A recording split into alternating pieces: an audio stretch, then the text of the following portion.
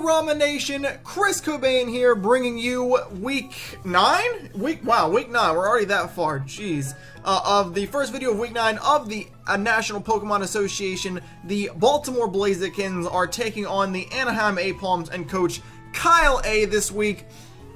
The Blazikens roll into this on a 2-game winning streak. We are sitting at 7-1.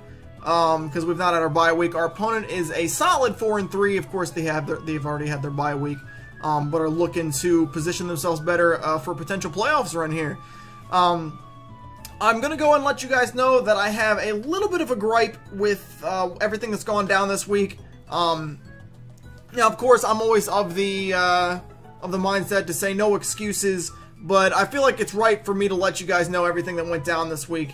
If you take a look at my opponent's team, which is obviously right below me, you will notice that it says Mega Beedrill. That is correct, he does have Mega Beedrill. However, that literally changed today. He made this trade for Beedrill about a month ago. I believe the exact date was April 4th, and as I record this, it's April 30th, so it's been almost a month at this point. And it literally changed today. It did say Mega Aldino. So literally all week from the ending of last battle to now, or well, until, you know, the beginning of the day today, me and Reiki have been T-building under the pretense that he's got this team you're looking at except for Mega Aldino. And we literally found out on our own accord through watching some of Kyle's older videos, one of his older battles, that he has Beedrill instead of Aldino this week, which is a huge deal.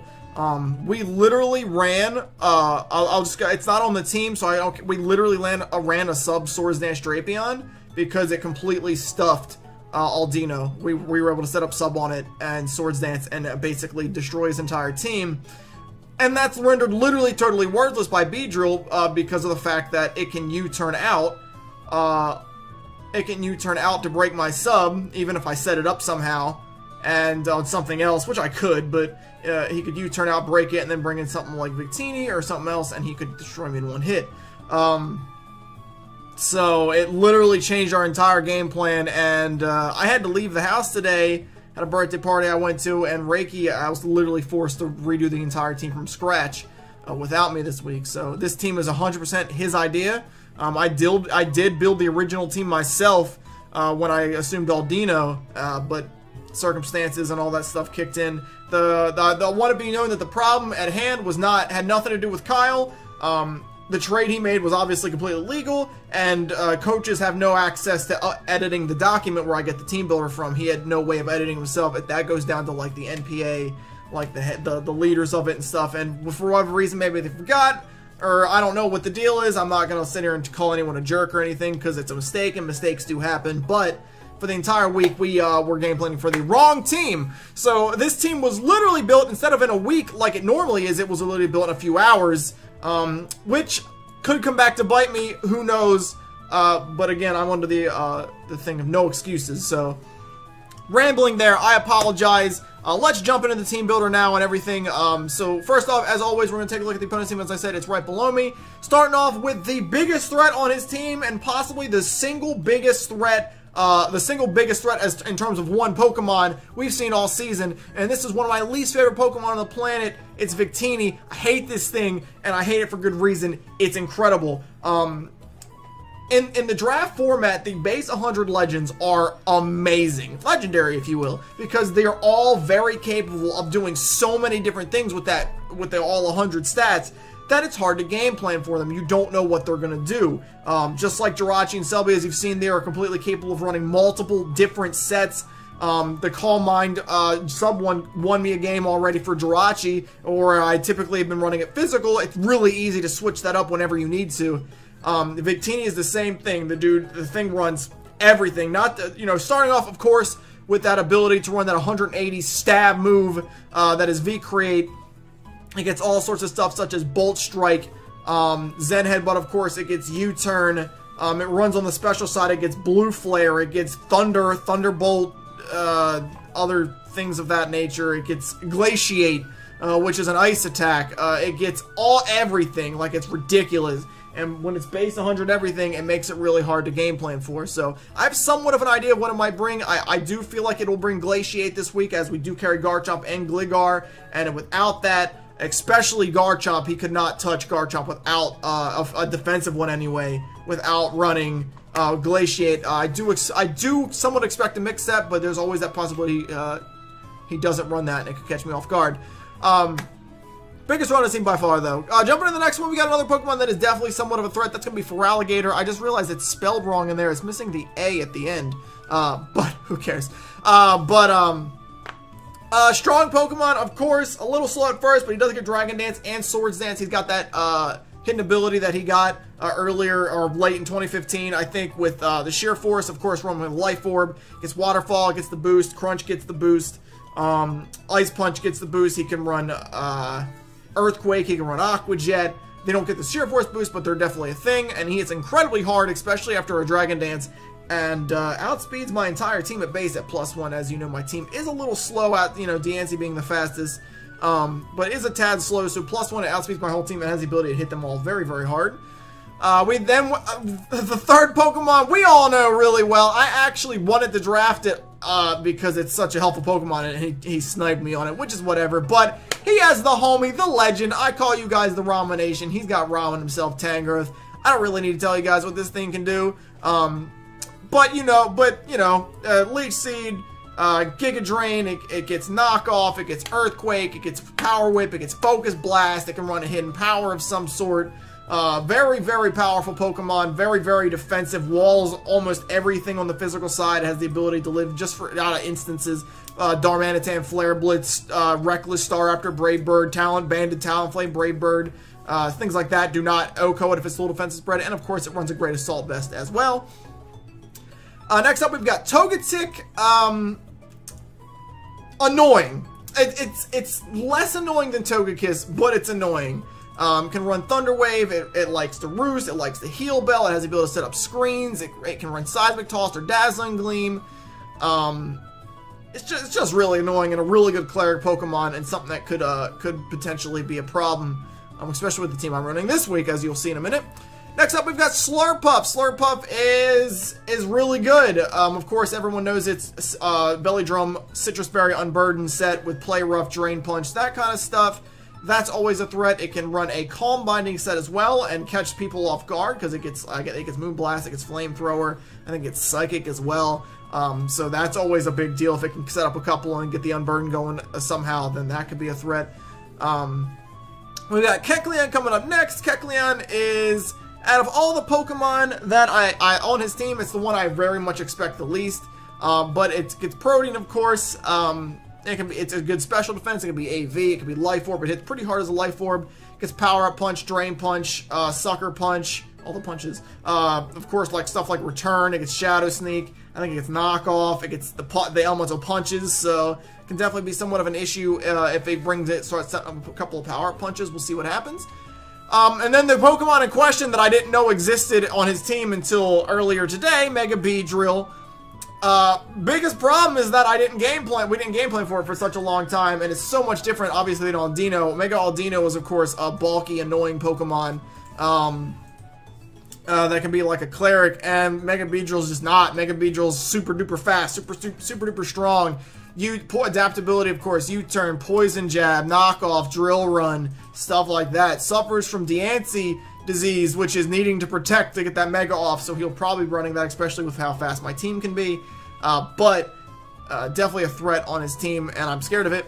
Next up, we've got Excadrill. Excadrill is also a very good Pokemon. Obviously, that's why it's OU. It can be Scarf, Band, Life Orb. He doesn't really have a way to set up Sand, so I don't expect like a Sand Rush or Sandstorm or Sand Rush or Sand Force set, excuse me. So I expect like Mold Breaker. In week 1, he used this against Dan to run Mold Breaker Stealth Rocks to get past Mega Sublime's Magic Bounce. I have a Magic Bounce Mega as well. That's definitely a possibility. But of course, Earthquake, Iron Head, Rock Slide. It gets Rapid Spin. It's one of his 2 real hazard removals. The other one being, of course, Togetic. Can definitely put in work. Next up, we've got Jolteon, who is a sleeper to be really good against my team this week, actually. Jolteon typically just runs the same moveset constantly. It's Thunderbolt, Shadow Ball, Hidden Power Ice, and Volt Switch. It can be Life Orb, it can be Specs really easily. I've actually seen it be Modest Scarf before. Don't expect that, but whatever. And because of the layout of my team, my wife sneezes, bless you. Because of the layout of my team, he does have the ability to do a lot of work. He can beat Garchomp with Hidden Power Ice. My main special wall, Slowking. That's unfortunate. He gets Shadow Ball to deal with both Celebi and Jirachi. Of course, Thunderbolt for Gyarados. Hidden Power Ice again for Gligar. Hidden Power Ice somewhat for Virizion, even though Virizion is really specially defensive and would take that well if it's spread the right way. Can still put in work and is faster than my whole team, of course. Definitely a threat. I do expect to see Jolteon. Then we got Frostlass on the Pokemon. I'm not really sure about seeing, but it definitely could come. It's a really good lead and anti-lead. It gets stuff like Spikes. It gets Taunt to stop shenanigans. It gets like Shadow Ball and Ice Beam, of course. It gets Destiny Bond and is again faster than everything on my team except for Mega Diancie. So we could see like some Destiny Bond shenanigans come in and be annoying.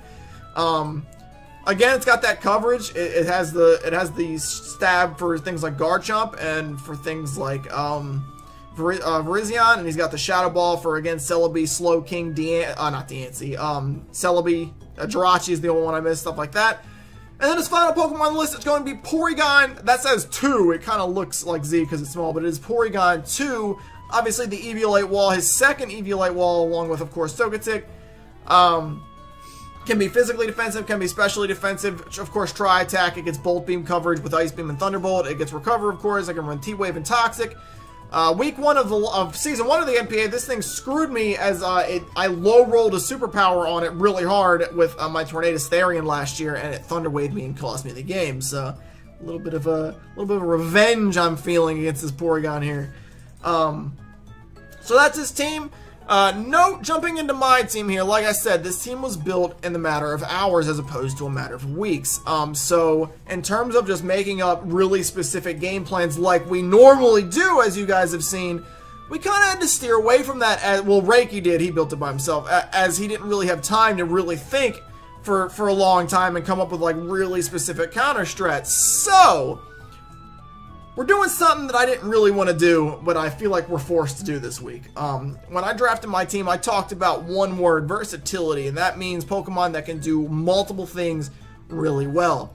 What's really good about that in drafting is it makes opponents guess sets along with guessing what Pokemon I'm bringing, which can make it very difficult. Every week so far, we've run an at least heavy offensive team, at least primarily offensive. This week, it literally was just easier with the little bit of time we had, or he had, I guess, to make the team. It was just easier to make the team bulky, and it is. In fact, one might consider it pure stall. Not my typical play style, but whatever it takes to pick up the win.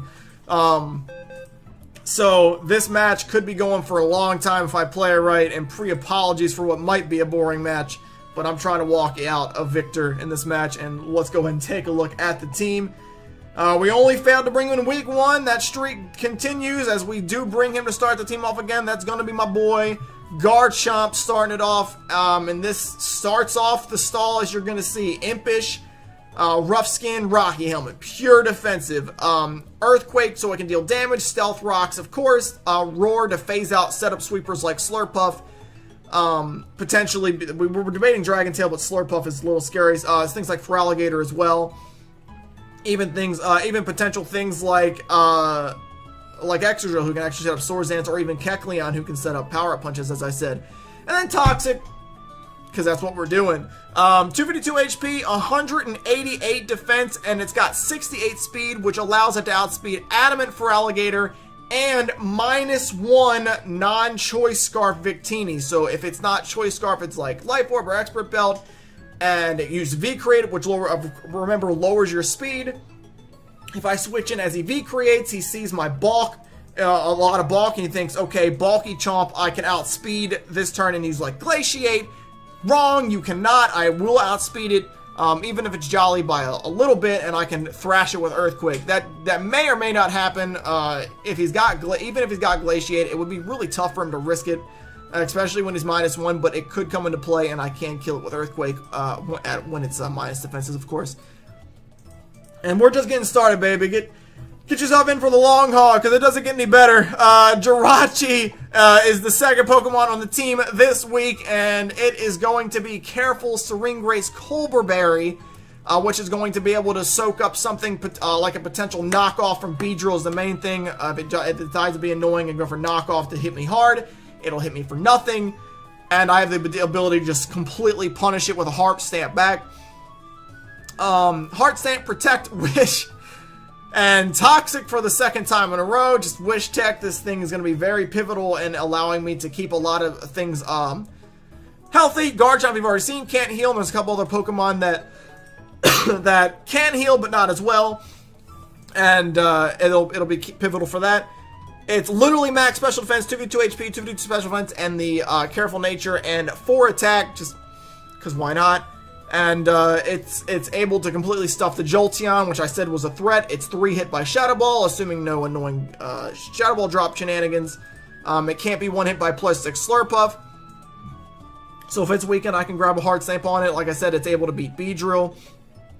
It's able to come in against like Togetic and stall out. I very well might PP stall Heal Bells if that's what I have to do. Because status will be pivotal for me in this matchup, I guarantee it. So there you go. Second stall of the team, boys.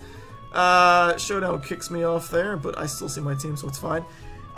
So next up, coming in third, is one of the 2 Pokemon who aren't quite stally. We do have somewhat of an offensive core in this match, but you will see it's team support as well. It's going to be my Mega Diancie this week. It's going to be Naive, which is plus speed minus special defense. Clear Body, of course, and a Magic Bounce. We already talked about the extra drill with the Mold Breaker, though. And, of course, the Diancie, it's going to have Diamond Storm, Heal Bell, Protect, because I'll never fail to run that again, and Moonblast. It's got that team supporting ability. It also cannot be O-code by any version of Victini ever. Specs, banned, no matter what it does, it gets nothing except for, like, Hidden Power Steel, maybe, that is going to O-code Diancie, which doesn't make it a great switch-in unless I have, like, a Wish already rocking. Like, if he goes into Victini, as I wish, I can easily come into Diancie, take a hit, heal it back. Diancie don't have a ton of HP, so Jirachi with that max HP base 100 is going to basically heal, like, all of it no matter what. He's going to be 252 special attack, 180 speed, and 76 attack. 250 special attack is obvious. 180 speed allows him to outspeed max speed Victini, of course, if it's not scarfed, and 76 attack gives it just enough to where it guarantees O-codes a no-balk Victini with Diamond Storm every time. It was like minimum 102%. So we gave it just enough attack to where we were guaranteed that no matter what, if I land a Diamond Storm on Victini, it will die, which is obviously really helpful. So dropping into the fourth, Pokemon this week, we have a staple of the team. And that is going to be my boy Slowking this week, and his set's pretty out there. I like it a lot though. So we're going to be running Bold, Regenerative Course, and Walkenberry, which cuts down on super effective electric damage. People have said, "Wow, Chris, you run these berries a lot," but this is the second one you're seeing, and I think that's the only 2 on the team. Melly sneezes again, but the second one this week, and these have come in handy a lot before. And this one will as well. So it's going to be Bold, of course, which is plus defense and minus attack.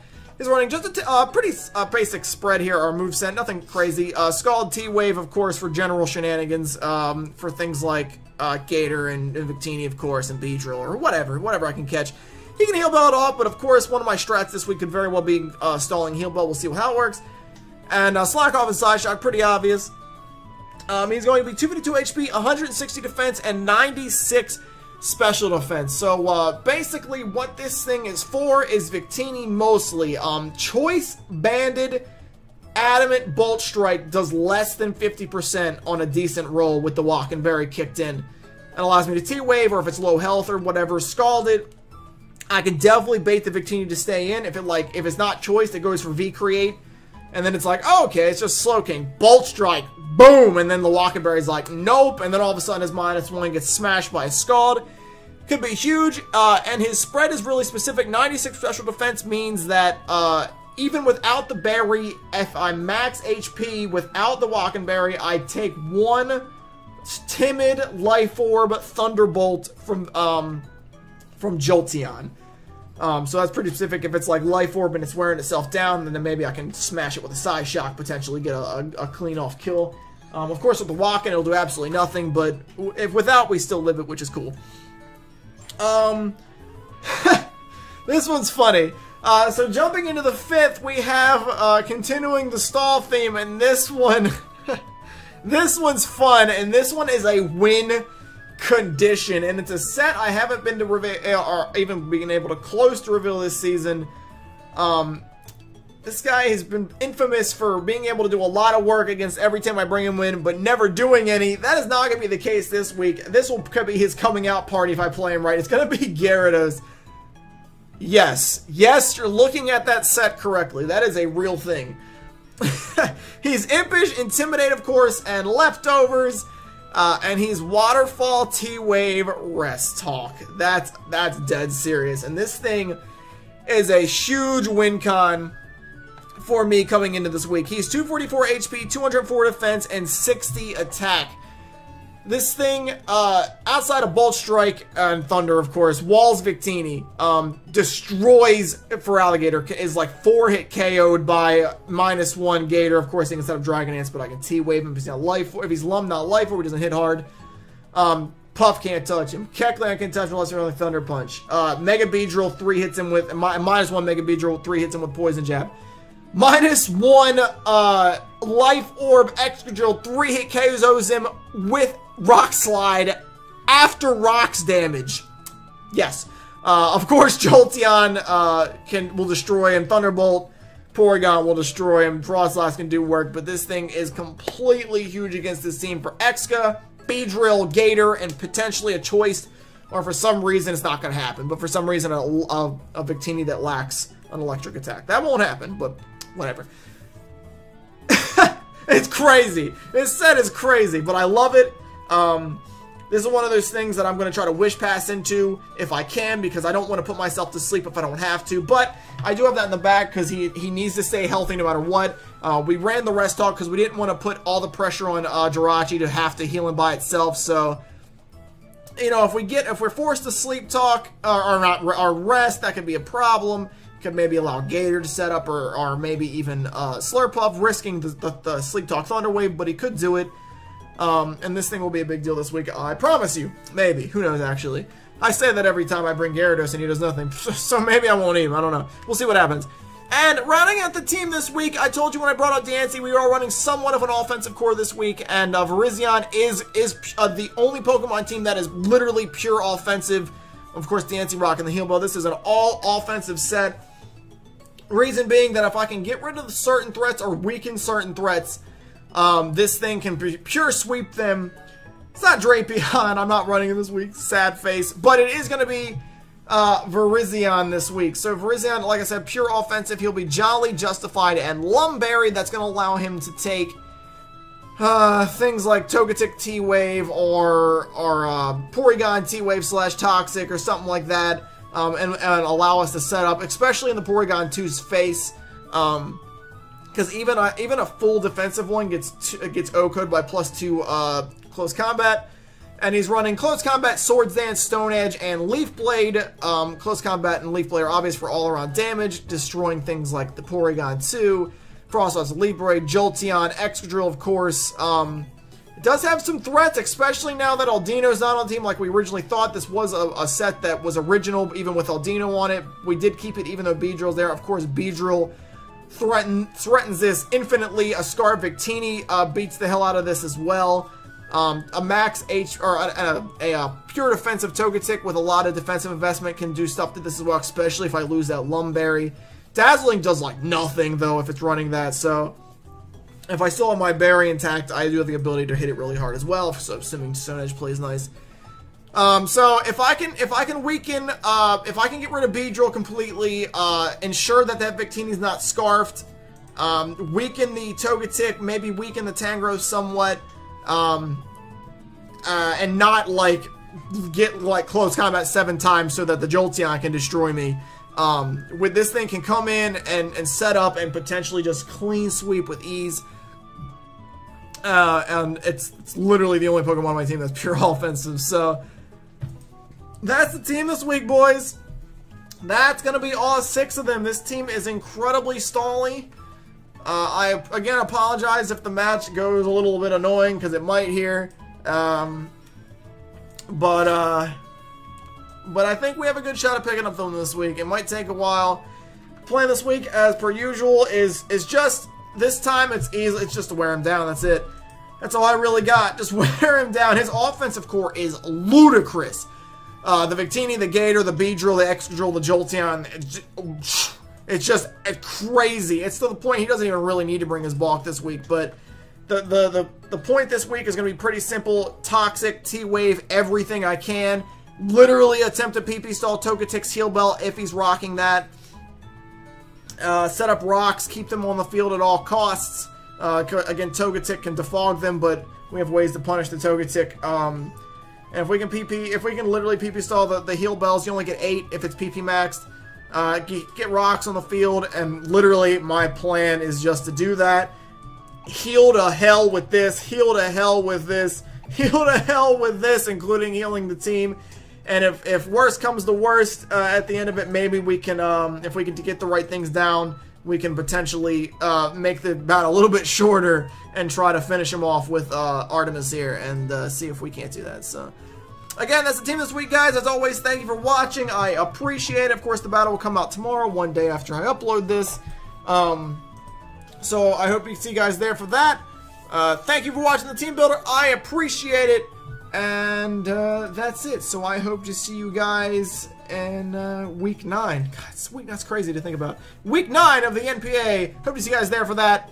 And I'm out. So peace, Ramen Nation. See you guys in week 9.